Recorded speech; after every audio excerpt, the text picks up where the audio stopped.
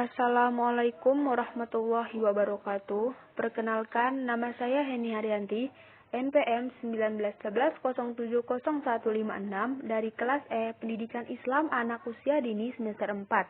Di sini saya akan mempresentasikan hasil rangkuman dari kegiatan perkuliahan Statistik Pendidikan dosen pengampu Dr. Sofia Mas Ayu, MA. Penelitian dan statistika. Data yang diperoleh dalam penelitian memiliki kriteria tertentu, yaitu valid, reliable, dan objektif. Valid artinya menunjukkan derajat ketepatan, reliable artinya menunjukkan derajat konsistensi, dan objektif artinya menunjukkan derajat persamaan persepsi antar orang. Selanjutnya, pengertian statistik pendidikan dan penelitian pendidikan. Statistik pendidikan adalah ilmu pengetahuan yang atau mempelajari tentang prinsip, metode, dan prosedur yang perlu digunakan dalam rangka penyajian, penganalisaan, bahan keterangan berwujud angka. Selanjutnya, penelitian pendidikan adalah proses yang sistematis untuk memperoleh pengetahuan dan pemecahan masalah pendidikan melalui metode ilmiah, baik dalam pengumpulan maupun analisis datanya, serta membuat rumusan generalisasi berdasarkan penafsiran data tersebut. Selanjutnya, macam-macam statistik. Yang pertama, deskriptif, kedua, inferensial, ketiga, parametrik, keempat, non-parametrik. Distribusi frekuensi. Apa yang dimaksud dengan distribusi frekuensi? Yang merupakan pengelompokan data menjadi tabulasi data dengan memakai kelas-kelas data dan dikaitkan dengan masing-masing frekuensinya. Selanjutnya, interval kelas, yang merupakan selisih antara tepi atas dan tepi bawah dari suatu kelas, tetapi bukan selisih antara batas atas kelas dengan batas bawah kelas. Jadi, tepi bawah kelas diperoleh dengan mengurangkan setengah kali satuan terkecil terhadap batas bawah kelas, sementara tepi atas kelas diperoleh dengan menambahkan setengah kali satuan terkecil terhadap batas atas kelas. Kemudian ada langkah-langkah dalam membuat tabel distribusi frekuensi. Yang pertama, tentukan banyaknya kelas yang diperoleh dengan rumus K sama dengan 1 ditambah 3,3 log N. N banyaknya keseluruhan data. Yang kedua, tentukan rentang data atau R. R sama dengan X max dikurang dengan X min. Selanjutnya, bagilah rentang data dengan banyaknya kelas untuk menentukan panjang kelas.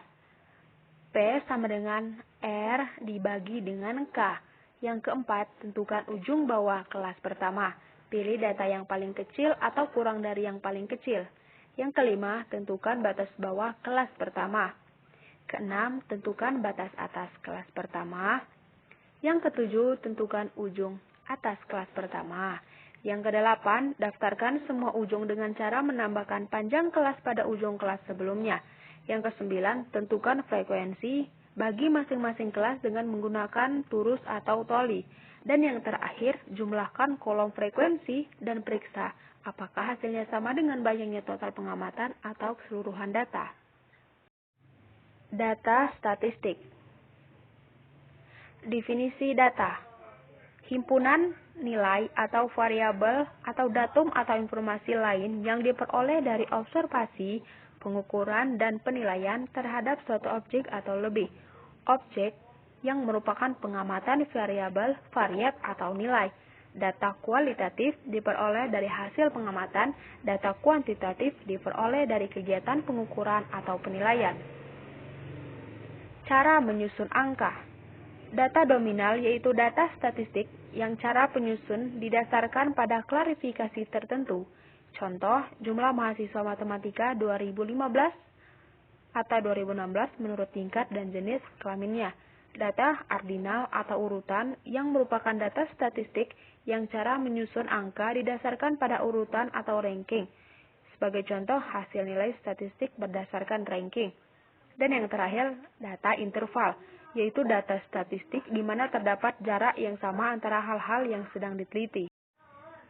Ukuran pemusatan data atau central tendency. Rata-rata atau mean data tunggal. Ukuran pemusatan data tunggal dapat dilihat pada rumus di bawah ini. Rata-rata mean data berkelompok yang digunakan untuk menghitung nilai ukuran-ukuran pemusatan untuk data dengan jumlah yang banyak. Agar lebih cepat, proses perhitungan dibantu dengan membuat terlebih dahulu tabel distribusi frekuensi. Modus data tunggal. Modus atau nilai yang sering muncul ditentukan dari banyaknya nilai yang ada dari sederetan sekelompok data.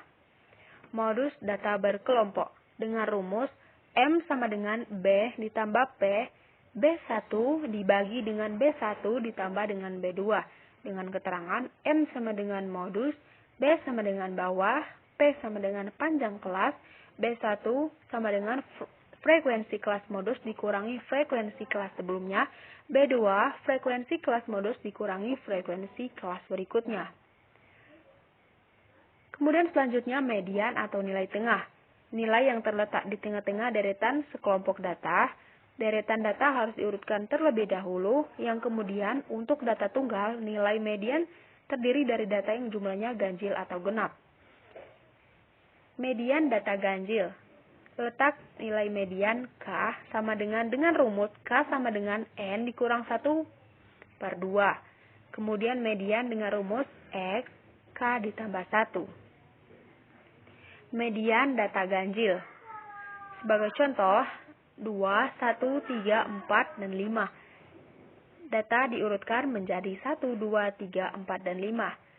Letak median K sama dengan N dikurang 1/2 sama dengan 5 dikurang 1/2 sama dengan 2.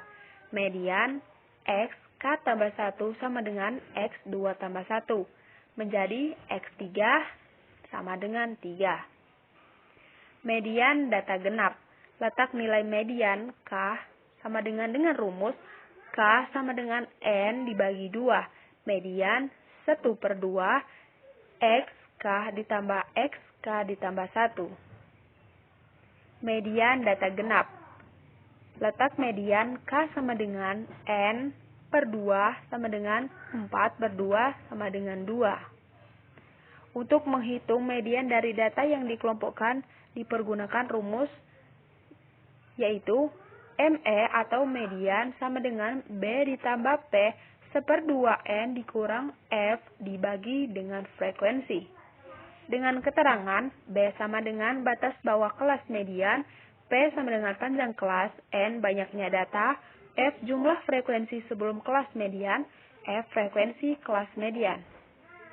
Rumus kuartil ke N atau N sama dengan 1, 2, dan 3. Ukuran penyebaran data. Suatu ukuran yang menyatakan seberapa besar nilai-nilai data berbeda atau bervariasi dengan nilai-nilai ukuran pusatnya, atau seberapa besar penyimpangan nilai-nilai data dengan nilai pusatnya. Macam-macam ukuran. Yang pertama, ada jangkauan atau range. Jangkauan adalah selisih antara nilai maksimum dan nilai minimum yang terdapat dalam data. Jangkauan dapat dihitung dengan rumus di bawah ini. R atau range sama dengan X maksimum dikurang dengan X minimum. Simpangan data rata-rata. Simpangan rata-rata dari sekumpulan bilangan adalah nilai rata-rata hitung harga mutlak simpangan-simpangannya. Simpangan baku atau standar deviasi. Simpangan baku atau disingkat dengan S dari sekumpulan bilangan adalah akar dari jumlah deviasi kuadrat dari bilangan-bilangan tersebut dibagi dengan banyaknya bilangan atau akar dari rata-rata deviasi kuadrat.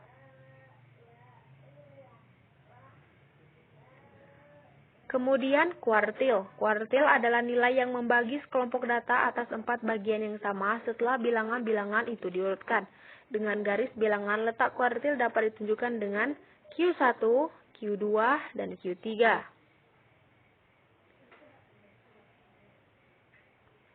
Jangkauan semi interkuartil atau simpangan kuartil didefinisikan sebagai QD sama dengan 1/2 atau Q1 dikurang dengan Q3 dikurang dengan Q1.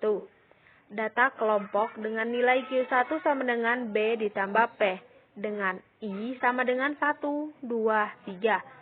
Dengan ketentuan B sama dengan tepi bawah kelas Q1, P sama dengan panjang kelas, F besar sama dengan jumlah frekuensi sebelum kelas Q1, F kecil sama dengan frekuensi kelas Q1, dan N jumlah data.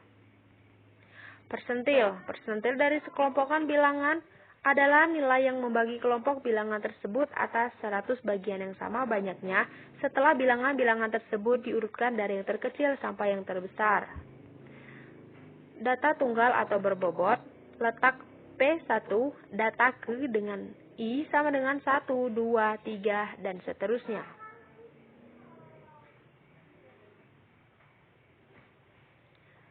Koefisien variasi. Koefisien variasi adalah perbandingan antara simpangan standar dengan rata-rata yang dinyatakan dengan persentase. Koefisien variasi berguna untuk melihat sebaran data dari rata-rata hitungannya. Besarnya koefisien variasi dinyatakan dengan rumus KV sama dengan S per X dikali dengan 100. Dengan ketentuan KV sama dengan koefisien variasi, S sama dengan simpangan baku, dan X sama dengan rata-rata. Populasi dan sampel. Definisi populasi. Populasi yang merupakan keseluruhan individu atau objek yang diteliti dan memiliki beberapa karakteristik yang sama.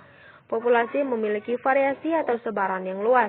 Populasi, wilayah generalisasi yang terdiri atas objek atau subjek yang mempunyai kualitas dan karakteristik tertentu yang ditetapkan oleh peneliti untuk dipelajari dari kemudian ditarik kesimpulannya. Definisi sampel. Sampel yang merupakan bagian dari jumlah dan karakteristik yang dimiliki oleh populasi tersebut.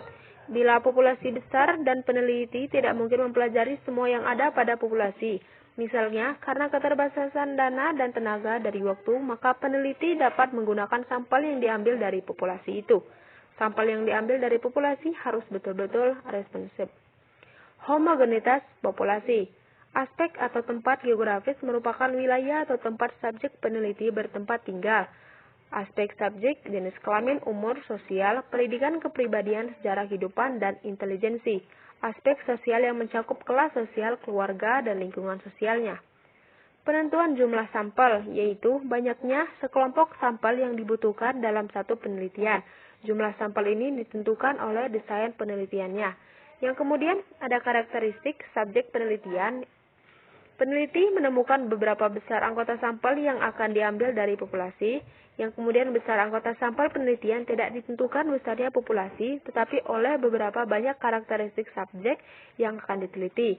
Semakin besar power of effect yang akan dihasilkan, diperlukan sampel yang relatif sedikit, semakin lemah dibutuhkan sampel yang relatif banyak. Teknik pengambilan sampel. Yang pertama ada probability sampling, yang merupakan teknik pengambilan sampel yang didasarkan dari probabilitas bahwa setiap unit sampling memiliki kesempatan yang sama untuk terpisah menjadi sampel. Kemudian non-probability sampling, yaitu teknik pengambilan sampling yang besarnya peluang anggota populasi untuk terpilih menjadi sampel tidak diketahui. Kemudian ada proporsional yang menentukan populasi besarnya sampel dan keseluruhan populasi, menerapkan proporsi dalam pengambilan sampel bagi setiap strata. Dan yang terakhir ada disproporsional. Penentuan sampel dilakukan untuk dengan mengambil proporsi yang sama bagi setiap strata untuk mencapai jumlah yang sama dari masing-masing strata. Hipotesis. Menyusun hipotesis yang merupakan pernyataan tentatif yang merupakan dugaan mengenai apa saja yang sedang kita alami dalam usaha untuk memahaminya. Bagaimana membuat hipotesis? Proses membuat hipotesis dapat diturunkan dari teori-teori yang berkaitan dengan masalah yang akan kita teliti. Jadi diperoleh teori untuk dapat membuat hipotesis. Jenis-jenis hipotesis. Yang pertama adalah hipotesis yang menyatakan adanya kesamaan-kesamaan dalam dunia empiris. Yang kedua, ada hipotesis yang berkenaan dengan model ideal. Pada kenyataan di dunia ini sangat kompleks, maka untuk mempelajari komplektasan dunia tersebut, kita memerlukan bantuan filsafat, metode, tipe-tipe yang ada. Dan yang terakhir, ada hipotesis yang digunakan untuk mencari hubungan antar variabel. Hipotesis ini merumuskan hubungan antara dua atau lebih variabel-variabel yang diteliti. Selanjutnya, menurut bentuknya, hipotesis dibagi menjadi 3. Yang pertama, hipotesis penelitian. Yang kedua, hipotesis operasional. Yang ketiga, hipotesis statistik. Cara merumuskan hipotesis. Yang pertama, rumuskan hipotesis penelitian, rumusan hipotesis operasional, dan rumusan hipotesis statistik. Korelasi. Korelasi adalah suatu alat analisis yang dipergunakan untuk mencari hubungan antara variabel independen atau bebas dengan variabel dependen atau tak bebas. Apabila beberapa variabel independen atau bebas dihubungkan dengan satu variabel dependen atau tak bebas disebut korelasi berganda.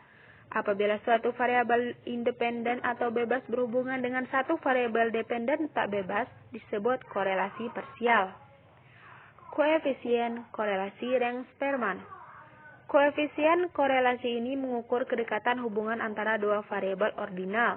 Koefisien korelasi ini dinamakan koefisien korelasi pangkat atau koefisien korelasi Spearman yang disimbolkan dengan R. Pasangan data hasil pengamatan X1 dan Y1 disusun menurut urutan besar nilainya dalam setiap variabel yang kemudian kita bentuk selisih atau beda peringkat X1 dan peringkat Y1 yang data aslinya berpasangan. Beda ini disimbolkan dengan B1, maka koefisien korelasi peringkat dapat dihitung dengan rumus di bawah ini. Koefisien determinasi. Koefisien determinasi yang merupakan ukuran untuk mengetahui kesesuaian atau ketepatan antara nilai dugaan dengan atau sampel. Koefisien determinasi didefinisikan sebagai berikut. Koefisien determinasi adalah bagian dari keragaman total variabel tak bebas atau Y yang dapat diterangkan atau diperhitungkan oleh keragaman variabel bebas X. Jadi, koefisien determinasi adalah kemampuan variabel X mempengaruhi variabel Y. Semakin besar koefisien determinasi menunjukkan semakin besar kemampuan X mempengaruhinya. Analisis regresi. Regresi linier sering digunakan untuk melihat nilai prediksi atau perkiraan yang akan datang. Apabila X dan Y mempunyai hubungan, maka nilai X yang sudah diketahui dapat digunakan atau diperkirakan Y. Perkiraan mengenai terjadinya sesuatu kejadian atau nilai variabel untuk waktu yang akan datang seperti prediksi produk 3 tahun yang akan datang, prediksi harga bulan depan, ramalan jumlah penduduk 10 tahun mendatang, ramalan hasil penjualan tahun depan. Melihat pengaruh variabel bebas atau independent variabel berdasarkan jumlah variabel bebas. Yang pertama, ada satu variabel bebas regresi sederhana, ada lebih besar dari satu variabel bebas regresi berganda. Berdasarkan sifat hubungan kedua variabel, bersifat linier, regresi linier, bersifat non-linier, regresi non-linier. Berdasarkan skala pengukuran variabel bebas dan terikat, VAR terikat semua VAR bebas interval atau rasio regresi standar. VAR terkait dan sebagian VAR bebas interval, tapi ada sebagian VAR bebas nominal, ordinal, regresi, dummy.